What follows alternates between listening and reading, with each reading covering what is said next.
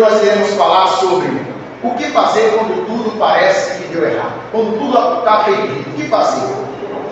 Lucas capítulo 24, verso 13. Está escrito: naquele mesmo dia, 2 dos seguidores de Jesus caminhavam para o povoado de Emaús, a 11 quilômetros de Jerusalém. No caminho falavam a respeito de tudo o que havia acontecido. Enquanto conversavam e discutiam, o próprio Jesus se aproximou e começou a andar com eles. Os olhos deles, porém, estavam como que impedidos de reconhecê-lo. Jesus lhes perguntou: sobre o que vocês tanto debatem enquanto caminham? Jesus fez essa pergunta. Eles pararam com o rosto entristecido. Então um deles, chamado Cleopas, respondeu: você deve ser a única pessoa em Jerusalém que não sabe das coisas que aconteceram nos últimos dias. Que coisas? Perguntou Jesus. As coisas que aconteceram com Jesus de Nazaré, responderam eles. Ele era um profeta de palavras e ações poderosas aos olhos de Deus e de todo o povo. Mas os principais sacerdotes e outros líderes religiosos o entregaram para que fossem condenados à morte e o crucificaram. Tínhamos esperança de que ele fosse aquele que resgataria Israel. Isso tudo aconteceu há 3 dias. Algumas mulheres do nosso grupo foram até seu túmulo hoje bem cedo e voltaram contando uma história surpreendente. Disseram que o corpo havia sumido e que viram anjos que lhe disseram que Jesus está vivo. Alguns homens do nosso grupo correram até lá para ver e, de fato, tudo estava como as mulheres disseram, mas não o viram. Verso 25.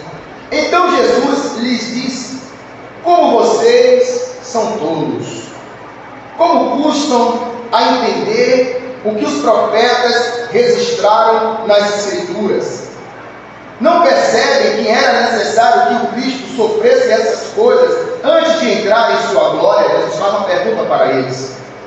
Então, Jesus os conduziu por todos os escritos de Moisés e dos profetas, explicando o que as Escrituras diziam a respeito dele. Aproximando-se de Emaús, o destino deles, Jesus fez como que quem seguiria a viagem, ele fez como que fosse dar continuidade à sua viagem. Mas eles insistiram: fica conosco esta noite, pois já é tarde. E Jesus foi para casa com eles. Quando estavam à mesa, ele tomou o pão e o abençoou. Depois partiu-lhes e deu. Então os olhos deles foram abertos e reconheceram. Nesse momento, ele desapareceu. Disseram um ao outro: não ardia o nosso coração quando ele falava conosco no caminho e nos explicava as Escrituras? E na mesma hora levantaram-se e voltaram para Jerusalém. Ali encontraram os 11 discípulos e os outros que estavam reunidos com eles, que lhe disseram: é verdade que o Senhor ressuscitou, ele apareceu a Pedro. Amém. Obrigado, Senhor, por essa palavra. Obrigado por cada irmão e irmã que aqui está. Obrigado por aqueles que nos acompanham através das mídias e das redes sociais. Senhor, fala conosco nessa noite. Ministra aos nossos corações a Tua palavra. Usa o Teu servo, não por mérito, nem por qualificação particular, mas por graça e por misericórdia. Em nome de Jesus. Amém. O que fazer? O que fazer quando tudo parece que foi por água abaixo? O que fazer quando tudo aparentemente se perde, se perdeu, se estragou? O que fazer? Esse texto é um texto que narra um momento marcante na vida da igreja. Porque aqui está falando da ressurreição do nosso Senhor Jesus. Crucificação e ressurreição. Esse texto ele fala sobre expectativas. Dizem que foi Sêneca que falou isso, que a expectativa, quando ela não é realizada, ela gera frustração. E a ideia é justamente nós não criarmos expectativas.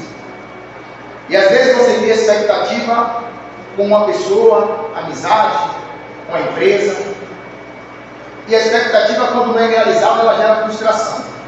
Eu lembro quando o meu primeiro trabalho aqui em São Paulo, uma carteira registrada, foi um supermercado multinacional, top 10 da galáxia.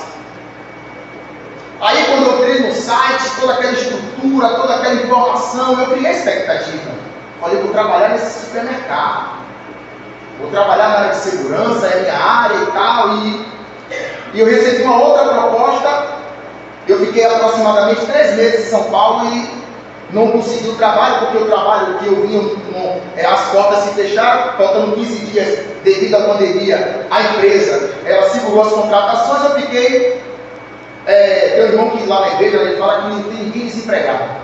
Ele fala que está fazendo carreira, não, está disponível ao mercado de trabalho. Ele fala isso, não diga que está desempregado, meu irmão, diga que está disponível ao mercado de trabalho. E eu estava disponível.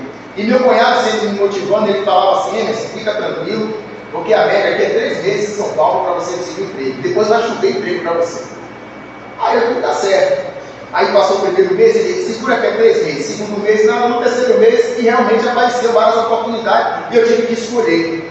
Eu optei por esse supermercado multinacional e criei uma expectativa. Farda bonita, estrutura bonita, conheci toda a estrutura do mercado. Mas quando eu fui ver o salário, o faz-me rir, gerou uma frustração. Aí eu cheguei a Taltamir e falei, Tamires, a aparência não paga boleto. A foto é linda, se você ver a foto, é multinacional, top. Então, de certa forma, eu criei uma expectativa para aquela empresa, automaticamente abdiquei de outras oportunidades, quando a expectativa não foi realizada, gerou uma frustração. E às vezes também acontece. Nas amizades, você tem amizade com uma pessoa, você cria uma expectativa com aquela pessoa, com aquela amizade, e de repente a pessoa tem um comportamento que lhe entristece e isso gera uma frustração. E a gente tem que tomar o devido cuidado, porque a gente pode se trancar para a vida e não se abrir para novas amizades, não se abrir para novas oportunidades. Por quê? Porque viveu uma frustração. Só que também eu acho um pouco difícil você não criar expectativa. Claro que você não vai depositar sua confiança nas pessoas, você não vai depositar sua confiança na empresa, mas eu tenho dificuldade de me relacionar com uma pessoa, uma relação interpessoal, e não criar a expectativa que essa amizade vai agregar valor para mim. Caso contrário, eu já vou entrar na amizade desconfiada, já vou entrar na amizade insegura. Então, a gente cria expectativa. E o Senhor, Ele permite que criemos essas expectativas. Quando você está fazendo uma faculdade, você está estudando, você cria uma expectativa que lá na frente você vai colher o que você está plantando hoje. Você está renunciando talvez no lazer, você está renunciando às vezes uma série na Netflix para poder dar um gás a mais nos estudos, porque você tem uma expectativa de que lá na frente você vai colher tudo aquilo que você está plantando. E esse texto fala de expectativa. Esse texto fala que houve uma expectativa por parte dos seguidores de Jesus.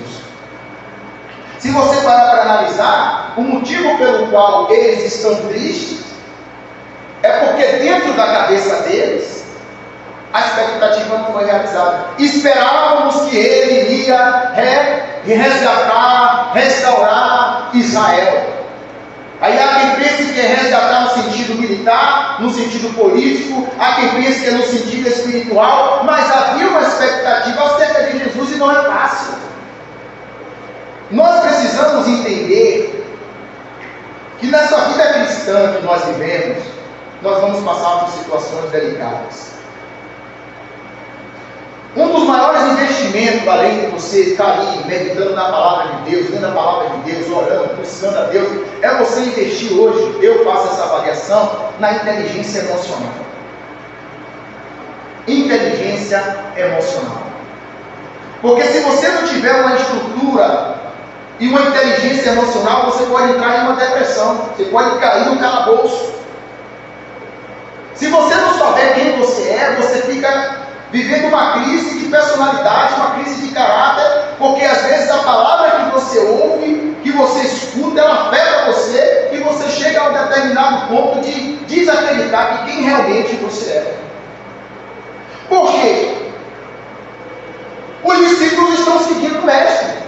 E quem é o mestre? Jesus. O que é que ele está fazendo? Curando as pessoas enfermas, expulsando demônios, pregando o evangelho para a multidão. Então todo mundo olhou para ele e falou: é esse aí. Esse aí. É ele mesmo. Abdicou de tudo, começa a seguir o mestre, começa a seguir esse pregador diferenciado. As pessoas depositaram toda a sua esperança em Jesus, acreditaram piamente em tudo que ele falava, e de repentemente esse homem agora está pendurado no madeiro. Por isso que a gente não pode alinhar a nossa vida cristã com sucesso, porque se a gente alinhar com sucesso, a gente vai entrar em crise. Tem uma série na Netflix, The House. Não quero dar spoiler, mas ela fala muito sobre isso, inteligência emocional. Uma família que vive em paz, o pai, a mãe, 2 crianças, e o pai recebe a família dele. O pai da bebezinha recebe a família. Então vem a mãe e os irmãos e entram na casa dele, do personagem principal. E quando entra, ela diz assim: que casa é essa? Que casa horrível, horrorosa. Aí a bebê olha e percebe que a avó dela é estranha, que ela vivia num mundo de paz. E aí depois a mãe disse para o filho: você é igual ao seu pai, emprestado. Mais ou menos isso. A família vai embora. Ele não teve inteligência emocional e ele recebe essa palavra que ele é emprestado. Eu não vou falar mais porque eu não quero dar spoiler. Ele vivia em paz. A casa dele era uma casa simples, mas era uma casa que tinha paz. Mas uma visita gerou nele uma frustração. E ele desacreditou de quem realmente ele era. Às vezes as pessoas vão falar algo a seu respeito e você precisa ter convicção de quem você é. Caso contrário, você pode entrar em crise.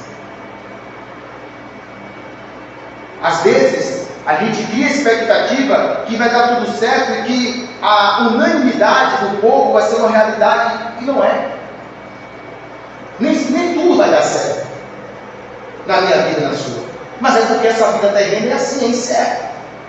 Então os discípulos, eles quando olham para Jesus pendurado no madeiro, claro, não vamos generalizar, mas tipo assim, esperavam, eles estavam tristes,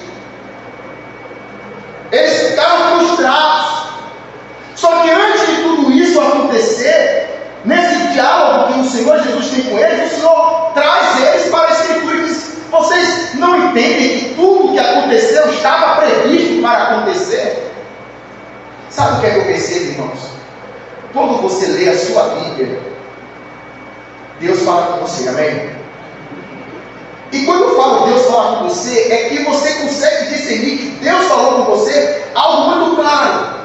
Mas parece que as dificuldades da vida têm o poder de apagar a confiança que a gente tem na palavra de Deus.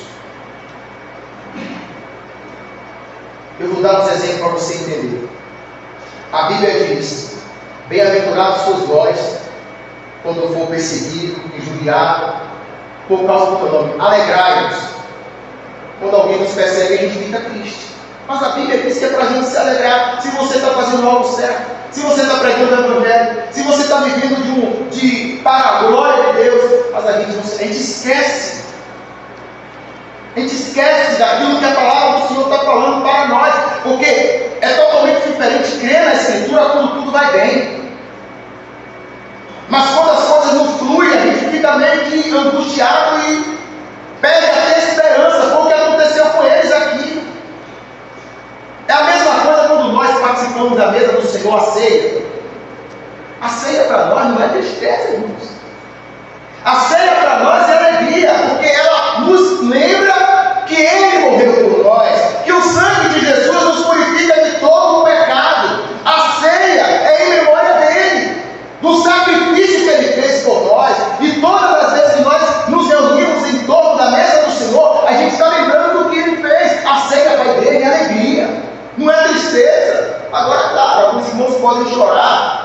na presença de Deus, fique à vontade, não é nesse sentido que eu estou falando. Mas os discípulos aqui, eles estavam conjugando no passado. Eles conjugam o verbo no passado. Esperávamos, já não espera mais. Esperávamos. E detalhe, a proposta de Jesus era para ficar em Jerusalém. Eles estavam indo para Emaús.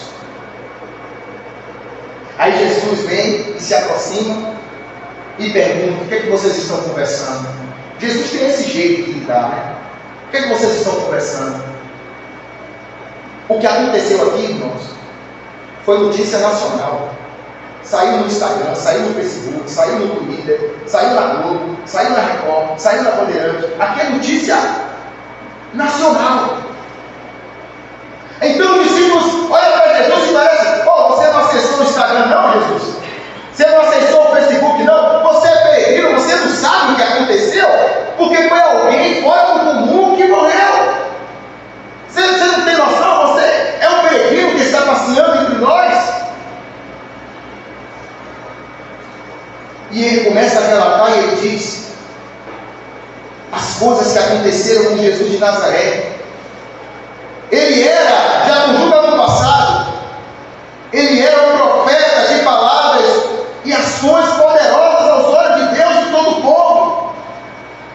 Mas os principais sacerdotes e outros líderes religiosos o entregaram para que fosse condenado à morte e o crucificaram. Versículo 21. Tínhamos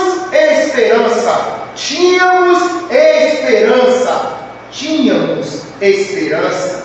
Conjugou no passado. Tínhamos, mas não temos mais. Criamos uma expectativa que era ele, mas parece que não é ele. Tínhamos esperança.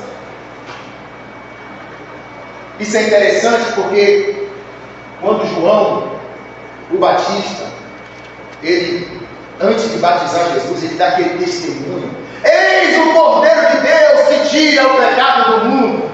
Ele testemunha: o qual eu não sou digno de desatar as suas sandálias. Ele testemunhou de Jesus publicamente. Eu devo ir a ti, mas tu vem a mim. Aí Jesus diz: vai, filho, faz parte de cumprir essa segura. Só que depois João foi pregar e corrigir o Herodes. E por causa dessa correção, ele vai para o calabouço. E quando ele está no calabouço, isso é magnífico. É por isso que a Bíblia é maravilhosa, porque a Bíblia ela revela que nós somos seres humanos, que homem de Deus tem medo, que homem de Deus pensa em desistir, que mulher de Deus pensa em parar. A Bíblia fala isso para nós. Por quê? Porque quando João olha para Jesus, ele testemunha, mas quando ele está no calabouço, antes da sua morte, de ter a sua cabeça, seu pescoço decapitado, ele manda os discípulos pergunta se é ele mesmo. Ou seja, quando tudo vai bem, mais o Cordeiro vai ser outro melhor. Será que é esse mesmo? Que eu estou aqui no meu peinado? Porque pela lógica, ele tem que me dar o apoio. Como é que o Cordeiro, eu estou aqui não, eu testemunhei a favor dele. Não pergunta se é ele mesmo. Nos calabouços, às vezes a gente perde a esperança. No momento da adversidade, às vezes a gente perde a esperança. Sabe o que é que Jesus diz? Jesus não diz assim: diga para João que sou eu. Não. Diga para ele que o Evangelho é anunciado aos pobres, que os cegos estão enxergando. Ou seja, ele testifica acerca dos sinais. Mas às vezes a minha vida é assim. Tem culto que você vê, glória a Deus, aleluia, não quer que acabe mais, você chora. Mas tem culto, irmão, que você não quer falar com ninguém. Porque você passou uma semana difícil. Criou uma expectativa de que algo ia dar certo e diante daquela expectativa que não foi realizada, vem a frustração. E aí vem aquelas perguntas terríveis. Será que Deus está comigo mesmo? Será que Deus me ama mesmo? Acontece. Eu lembro quando eu fui tirar minha habilitação, eu fui fazer esse exame no Detran e estava chovendo. Porque a gente é crente, a gente não é supersticioso, mas na hora, se você não tomar cuidado, irmão, fica aquela pulga atrás da orelha. Aí eu perdi, né? Aí remarquei, aí tá eu andando, quando eu chego na passarela para entrar no Detran, depois que remarquei, começou a chover, eu digo: meu Deus, nada a ver. E eu passei. Mas às vezes tem experiências que se tornam traumáticas na nossa vida. Tem experiências que se tornam traumáticas, porque nós criamos expectativas. E às vezes, no momento adverso da vida, parece que o Senhor não nos abandonou. Mas o Senhor não nos abandonou, Ele está conosco todo o tempo.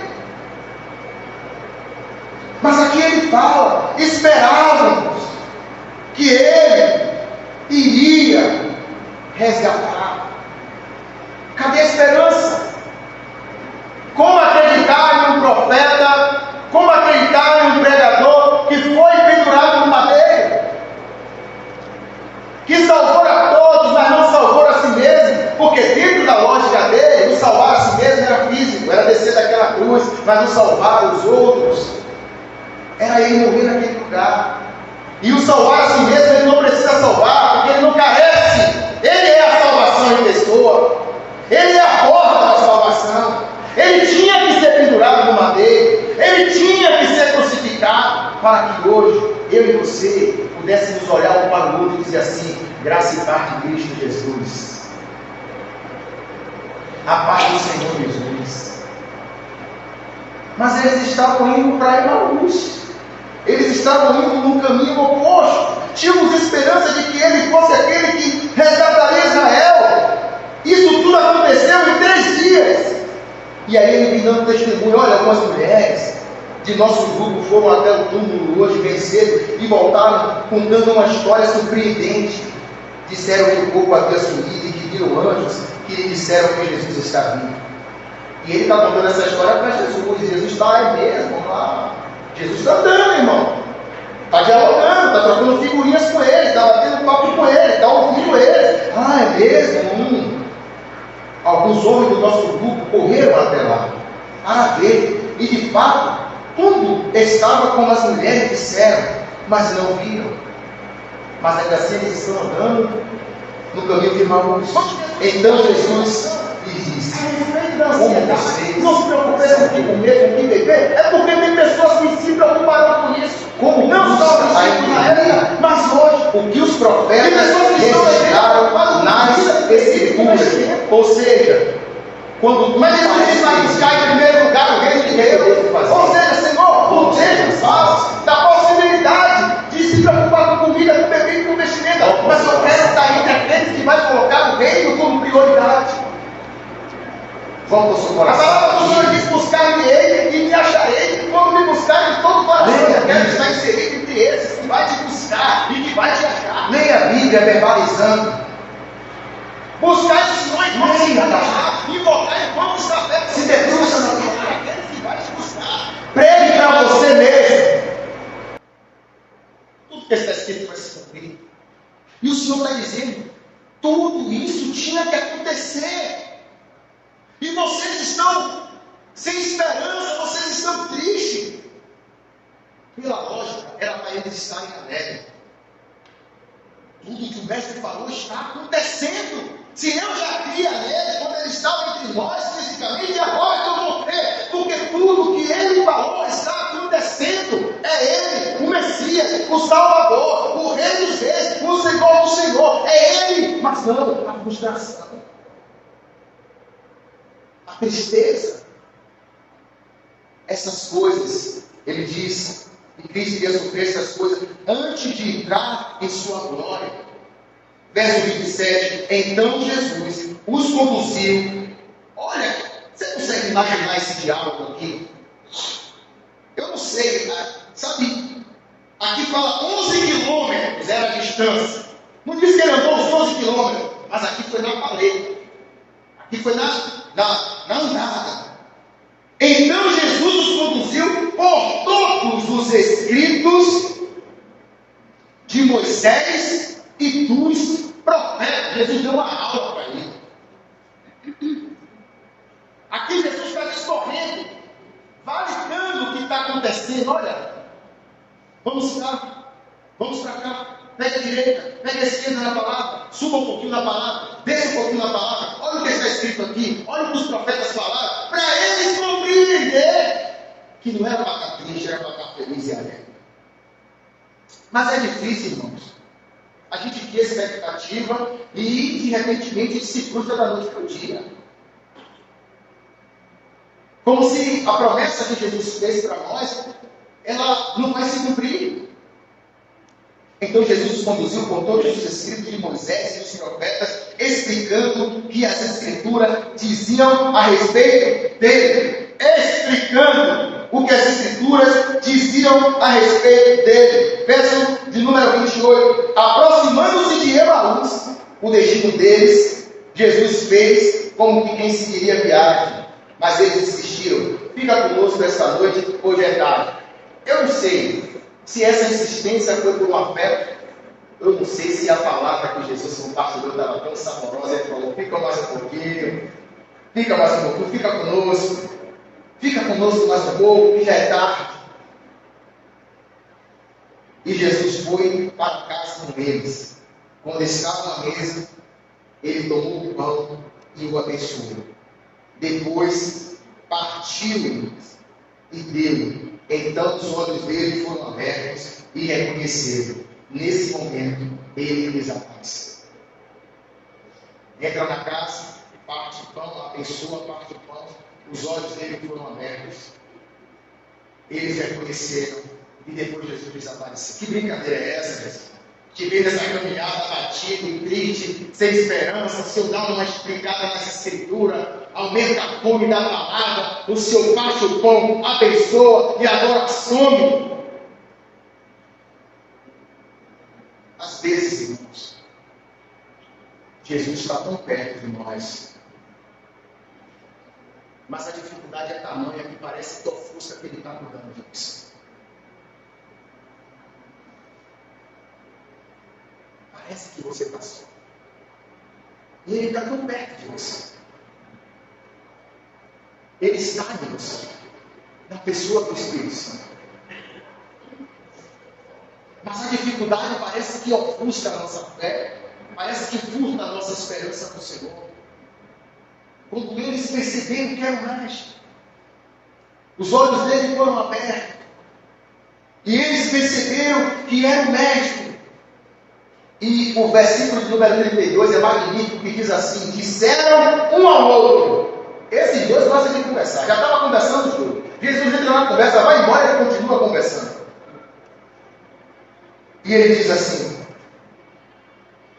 não ardia, verso 32, disseram um ao outro, não ardia o nosso coração quando ele falava conosco no caminho e nos explicava as Escrituras. Ele faz uma pergunta: qual é a experiência que nós temos quando nós estamos lendo a palavra de Deus? Arde o nosso coração. Você já teve a experiência de ler a Bíblia e começar a chorar? Você já teve a experiência de ler a Bíblia e dar risada? Você já teve a experiência de estar lendo a Bíblia e depois você para assim, fecha a Bíblia e fica meditando, assim, pensando, tentando entender, assim, meu Deus, o que é isso? Tem momentos de leitura que a gente é impactado pela palavra, que a gente para refletir. A leitura da palavra, ela é indispensável para o crescimento espiritual de um cristão. Não é opcional, é necessário. Ele grande já dizia que a Bíblia é mais atual que o jornal que vai circular amanhã. O jornal que vai circular amanhã. A Bíblia é mais atual do que o jornal que vai circular amanhã. Por isso que nos momentos difíceis da vida, quando tudo parece perdido, quando tudo parece que se estragou, temos que voltar nossos olhos para as Escrituras. Temos que olhar para a palavra de Deus e descansar na palavra de Deus. E olhar para Jesus, que é o autor e consumador da nossa fé. A nossa expectativa ela não pode ser circunstancial, momentânea. A nossa expectativa é Cristo. E tudo que Ele promete, Ele cumpre. Se Ele prometeu para você, Ele vai cumprir. Se Ele prometeu, Ele vai cumprir. Não esperar dos homens, não esperar por homens, mas esperar em Cristo. Esperar no Senhor. Um pergunta para o outro: não ardia os nossos corações? Ele pergunta, quando ele nos explicar as Escrituras, não ardia os nossos corações? Precisamos olhar para a palavra de Deus quando tudo parece perdido. Quando você se sentir injustiçado, se apoia na palavra de Deus. Quando você se encontra desanimado, se apoia na palavra de Deus. Porque o homem pode prometer e não cumprir, mas Deus, Ele promete e Ele cumpre. E se Ele falou, estaria todos os dias. Se acordar pela manhã, ou você que acorda de tarde, e dizer obrigado, Senhor. Quando você vai ler Efésios, Paulo escreve a carta para a igreja de Éfeso. E Paulo diz: a nossa luta não é contra a carne, não é contra o sangue. Paulo está dizendo: não briga com seres humanos. A nossa luta é contra principados e potestade espiritual. Aí você entende: ó, Senhor, obrigado. O inimigo é outro. E aí você percebe que a palavra de Deus, ela mostra para mim e para você que tem situações na minha vida e na sua, tem experiência na minha vida e na sua, que é tentação. Que é o inimigo querendo tirar você do foco, a tentação para tirar você do foco, para desestabilizar você, para deixar você desestruturado. Tentação. E aí você olha para a palavra e você ora: Senhor, não me deixa cair em tentação. Mas você vai também perceber que a palavra de Deus, ela vai mostrar para você que tem experiências que você vai viver, que é provação. É Deus provando você para provar você. A provação não é para te matar. A provação não é para naufragar a sua fé. A provação é para você de fato vencer. É como o ouro que é lançado no fogo, em alta temperatura. E as impurezas, elas saem e fica só a qualidade. A provação é Deus trabalhando no meu caráter, no seu caráter. Mas tem momentos que você vai perceber que a vigilância é de suma importância e que a gente não pode colocar a culpa no diabo para tudo.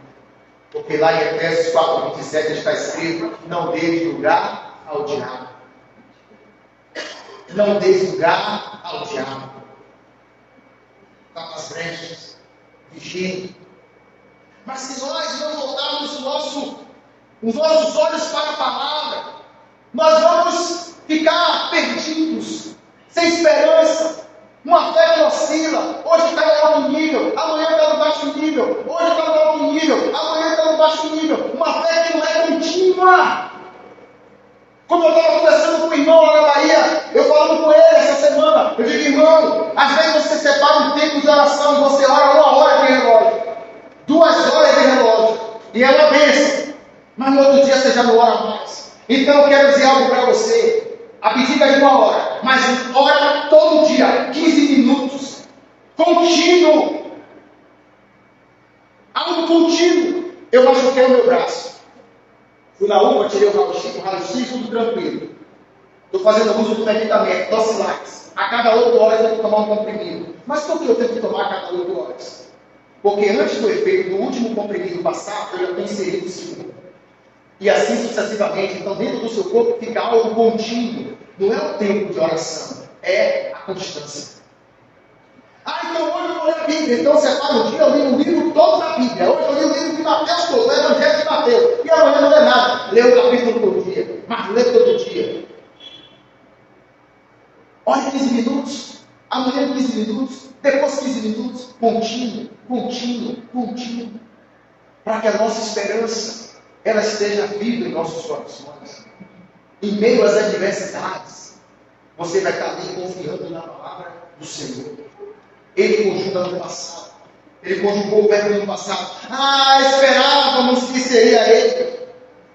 Tínhamos esperança. E o Senhor traz ele para a Escritura, eu vou ter que trazer vocês para a Escritura. Vocês não estão percebendo que tudo que está acontecendo, tudo que aconteceu, é para se cumprir o que está escrito na palavra. Às vezes, irmãos, o nosso desespero revela uma distância da palavra de Deus. Ah, porque eu trabalhei na empresa, falaram mal de mim. Estão tentando me derrubar na empresa, fica chateado. O que a Bíblia diz? Ore por ele, para orar por quem está perseguindo. A Bíblia diz. Aí a gente faz o quê? Vai conversar com o irmão que me perseguiu na empresa. Aí conversa com o outro, conversa com outro, conversa com outro. Ninguém resolve nada. 30 pessoas já estão sabendo dessa situação. A perseguição continua, o número de pessoas que está sabendo aumentou e você está lá angustiado. Abençoe ele. Abençoe a vida dele. Às vezes, essa atitude dele é porque ele não conhece a palavra como você conhece a palavra. Minha mãe dizia, meu filho, o cristão é um pintinho preto, um mundo preto e um balde de leite, todo mundo vê. Você já entra perdendo. Você já entra perdendo. Eu lembro que eu estava jogando bola e aí o adversário falou assim, você chegou duro em mim, vou te quebrar. Eu digo, rapaz, o cara disse que vai me quebrar. Aí eu já comecei a orar, né? Se ele me quebrar, o que eu farei? E ele corria para um lado, eu corria para o outro, e eu digo, rapaz, se esse cara me quebrar, ou eu saio correndo, ou eu quebro ele. Então, na dúvida, eu fiquei preocupado, ele corria para um lado, corria para o outro. Aí uma outra pessoa que não era cristã entrou no meio da confusão e falou assim, ó, se você pegar ele, eu pego você. Aí eu digo, meu Deus do céu, mas vamos supor que ele me quebrasse. Se eu quebrasse ele, é assim que você achou? Deixa eu te contar uma história. Eu tenho uma propriedade, eu aluguei essa propriedade. O inquilino, 5 contas de luz sem pagar e 4 contas de água sem pagar. Chega aqui em São Paulo e não me suja. Ah, não me suja, o que está acontecendo? Não estou devendo nada a ninguém. Aí quando eu vou ver lá, está lá, 9 contas. Cada conta de luz, R$500. Aí eu liguei para ele, quando eu estou em São Paulo, o que ele fez? Desligou o telefone na minha cara. Não tem como ir lá na Bahia rápido, não. Aí eu fiquei atribulado. Mas tudo aqui, você desligou o telefone na minha cara, como é que ele faz isso e tal? Não, ele não pode fazer isso. Aí peguei o telefone e liguei para ele de novo. Liguei para ele. Aí falei, rapaz, como é que você desliga o telefone na minha cara? Vou dizer uma coisa para você. Se você não pagar as contas, você e sua família vai voltar para o interior que você veio. Para que eu falar isso, irmãos? Eu sabia que você era pastor. Está vendo aí, pastor? É assim que você é pastor.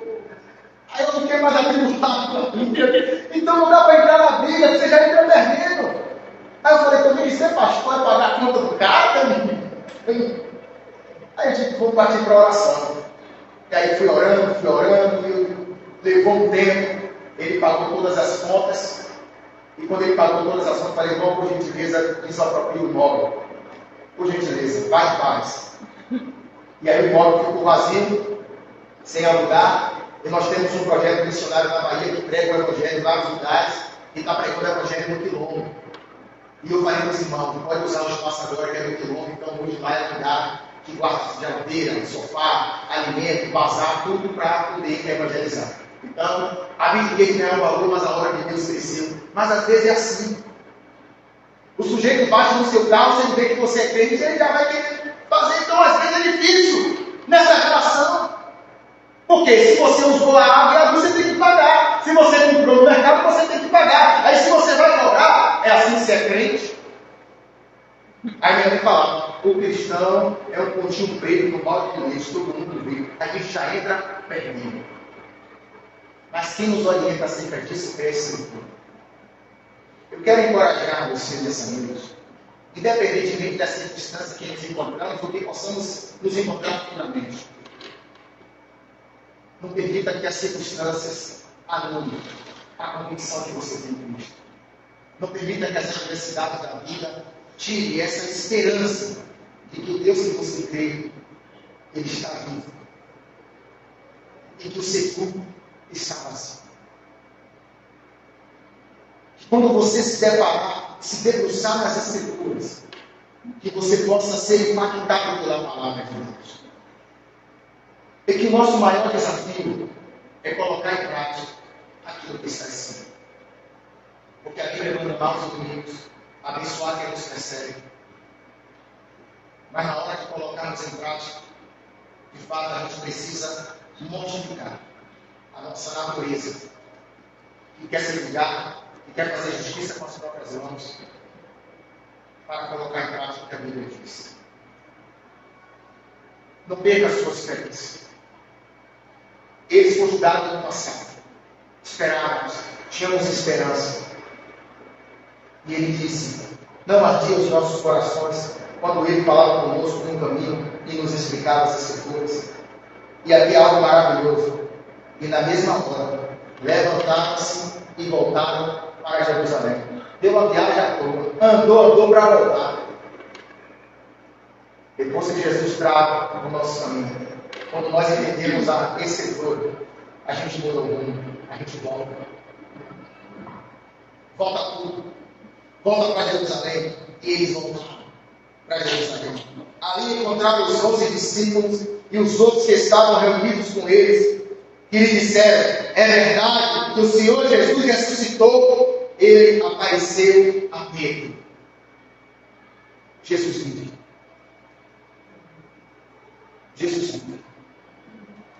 E nós precisamos nutrir em nossos corações essa convicção. Jesus vive. Eu não o vejo fisicamente, eu não toco nele fisicamente, mas eu creio. Você pode orar sendo pobre, você pode orar sendo negro, você pode orar sendo alto, você pode orar sendo baixinho, mas você não pode orar sem fé. Porque Jesus só vai existir se você tiver fé.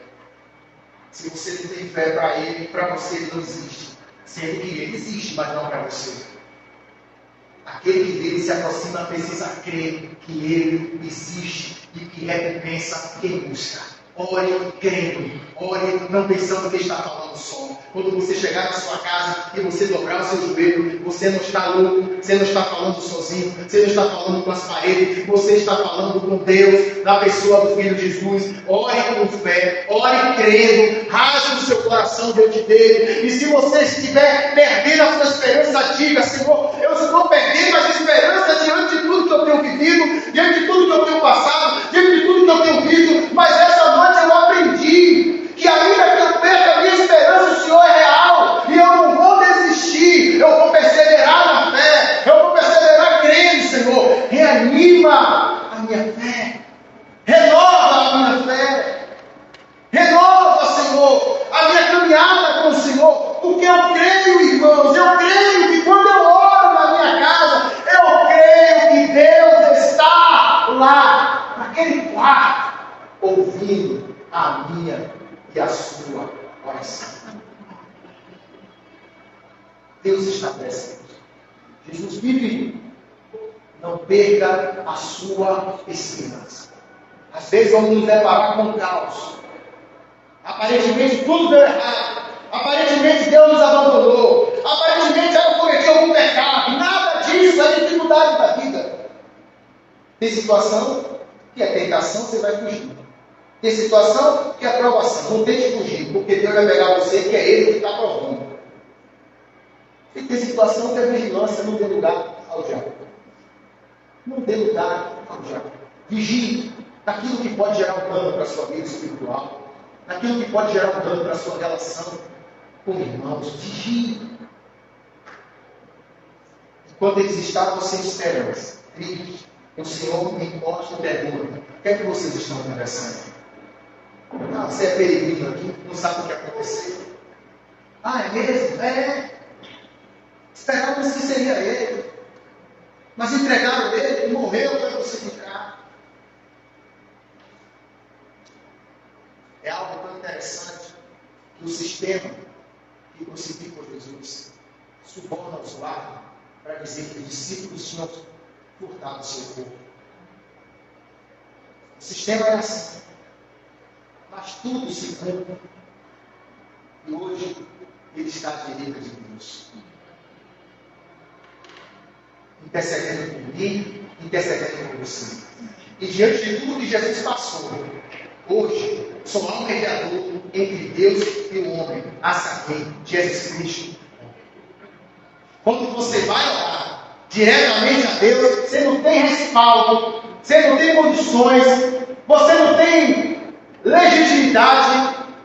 Mas quando você fala em nome de Jesus, o nome de Jesus não é uma palavra mágica, mas é na pessoa de Jesus, a porta que está fechada se abre e o Pai ouve a sua oração, porque Ele morreu por mim e por você, Ele foi crucificado por mim e por você, e toda a autoridade foi dada a Ele. Então nós brigamos em nome de Jesus. Se coloque em pé.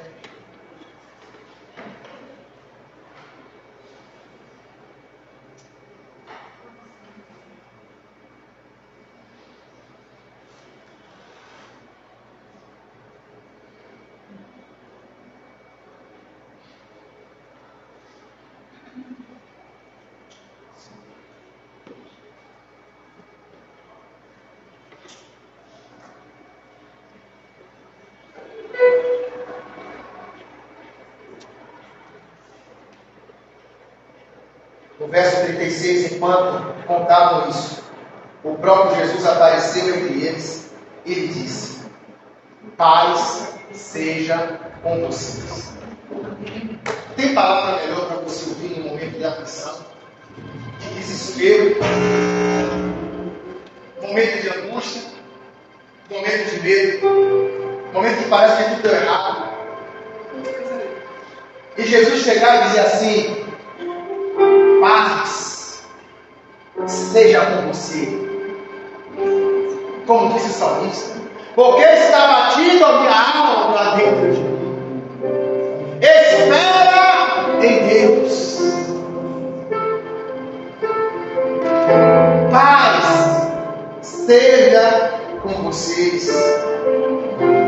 Eles se assustaram e ficaram levantados, pensando que viu fantasma.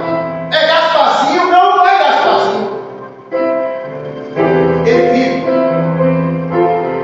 Por que estão perturbados? Perguntou ele. Porque seu coração está cheio de dúvidas. Vejam minhas mãos e meus pés. Sou eu mesmo. Toquem-me.